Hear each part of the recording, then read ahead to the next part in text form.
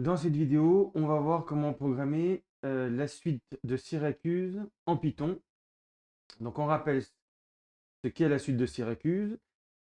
U0 égale A est un antinaturel. Et puis UN plus 1, le terme suivant, c'est soit UN sur 2 si UN est pair, soit 3 UN plus 1 si UN est impair.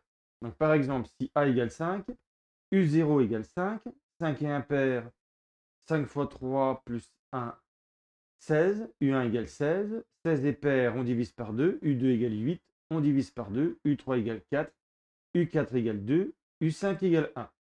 Quand on arrive à 1, si on continuait, on aurait ensuite 1 fois 3 plus 1, 4, 2, 1.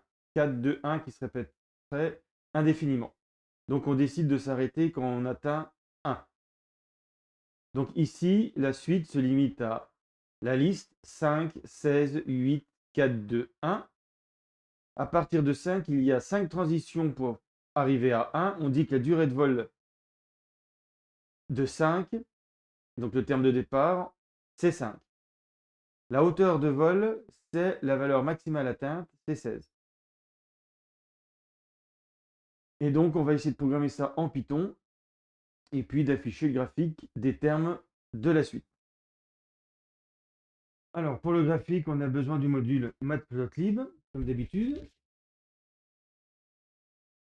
Alors, on va définir une fonction vol avec en argument u qui sera le premier terme de la suite.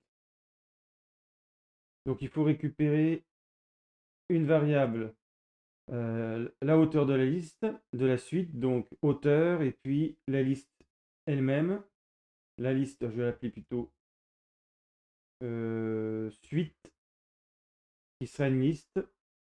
Donc le premier terme, au départ la hauteur, on va initialiser avec le premier terme, et puis la liste, on va l'initialiser aussi avec le premier terme.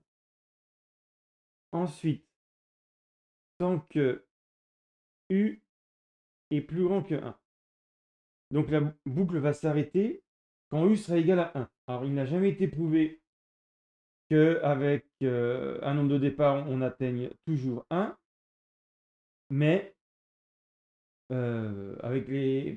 beaucoup de nombres ont été testés et on est toujours arrivé à 1. Donc on peut mettre tant que u plus grand que 1. Alors on va utiliser un opérateur ternaire.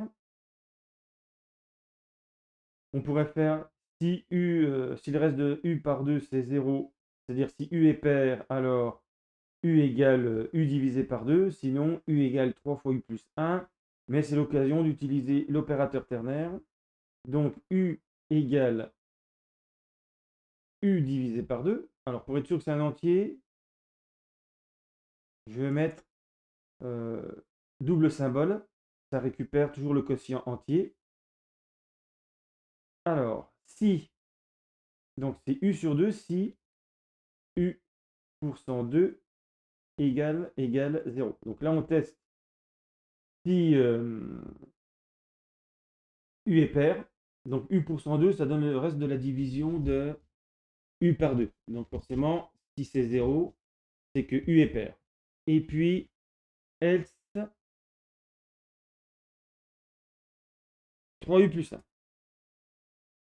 Voilà, donc c'est un opérateur particulier qui ressemble à la boucle si alors sinon, mais c'est pas tout à fait la même chose. Donc là, c'était approprié par rapport à notre suite. Donc u vaut u sur 2 si u est pair, sinon vaut 3u plus 1. C'est comme ça que marche l'opérateur ternaire. Sinon, on pourrait très bien utiliser le si alors sinon habituel. Si u pour 102 égale 0, 2 points, u égale u divisé par 2, else 2 points, u égale 3 fois u plus 1. Donc ce nouveau terme, on l'ajoute à la suite.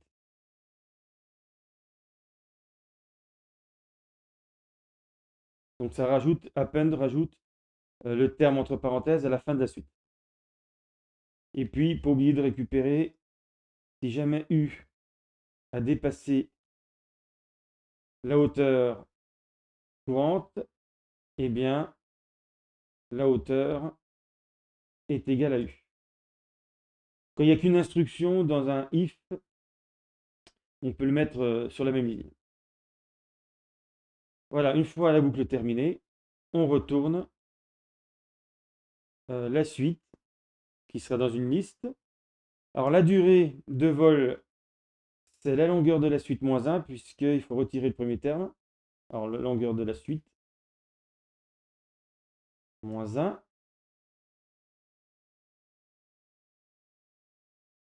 Et puis la hauteur. Alors on va déjà tester avec 5. Donc on lance le programme. Alors, vol 5 par exemple. Voilà, on récupère bien. Donc c'est un triplet. Le premier élément, c'est une liste. 5, 16, 8, 4, 2, 1. Voilà, c'est toute la suite jusqu'à 1. On a bien 6 termes, mais la durée de vol, c'est 5. Parce qu'on passe de 5 à 16, c'est considéré comme une étape. De 16 à 8, 2 étapes. 3 étapes, 4 étapes, 5 étapes. Donc la durée de vol, c'est bien 5. C'est pour ça qu'on met l'N de suite qui donne la longueur de la suite, moins 1. Ensuite, 5, c'est donc la durée. Et puis 16, c'est la hauteur du vol. La hauteur maximale finalement atteinte. Alors on peut tester vol de 27 parce que 27 va donner un très grand nombre de valeurs. Voilà, donc là vous avez toute la liste. Alors, on va directement aller à 111, c'est la durée de vol. Et 9232, c'est la hauteur maximale atteinte. Alors, pour visualiser la suite, on va faire une fonction affiche qui prend toujours en argument le premier terme de la suite. Donc, on va faire fonctionner la fonction vol. Et donc, comme elle retourne 3 valeurs, il faut 3 variables pour récupérer les 3 valeurs.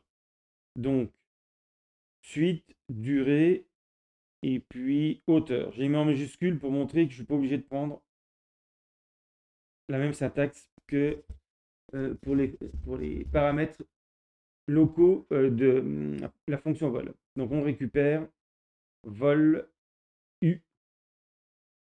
Voilà. Donc on utilise la fonction précédente. Alors on va utiliser, donc là on avait matplotlib qui permet d'utiliser plot. Alors plot, généralement on peut très bien afficher point par point, mais l'intérêt de cette fonction, c'est que il suffit de lui donner la liste des abscisses et la liste des ordonnées et elle s'occupe de placer tous les points.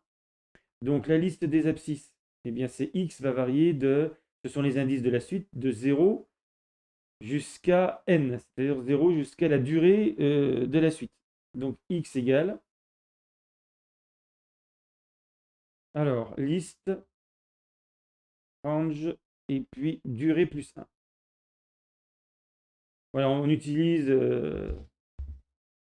la fonction range pour aller plus vite. Durée plus 1, donc durée plus 1 va être exclu, donc ça va donner tous les entiers entre 0 et durée inclus. Donc c'est exactement ce qu'on veut pour les abscisses. Et puis y, ça sera la suite elle-même.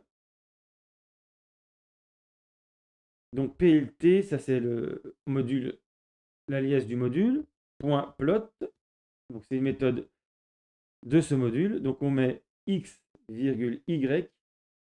Donc pour afficher les points, plot va prendre le premier terme de x associé au premier terme de y et afficher le point de coordonnées xy. Donc x0, y0. Et puis, va faire de même pour tous les points en prenant le énième terme de la liste Gant x avec le énième terme de la liste Gant y et va afficher ensuite le point correspondant. Alors, on va rajouter un motif. Donc, généralement, si on veut des points reliés par des segments, on prend O avec un tiret.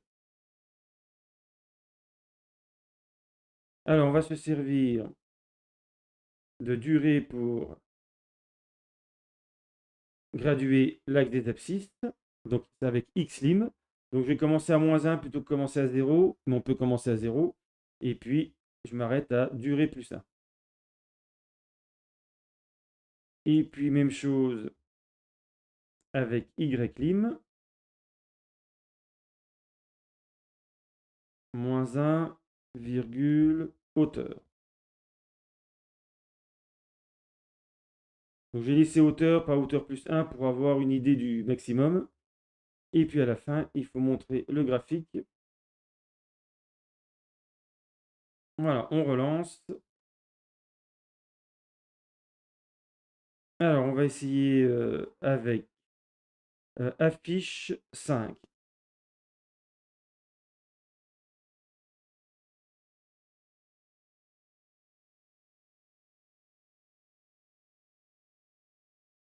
Voilà.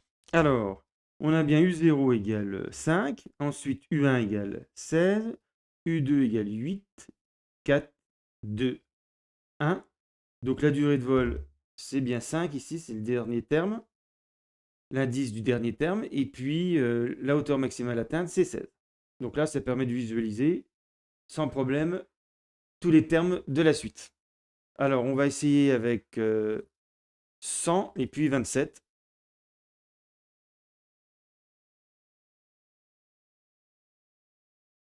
Voilà, donc ça c'est pour 100.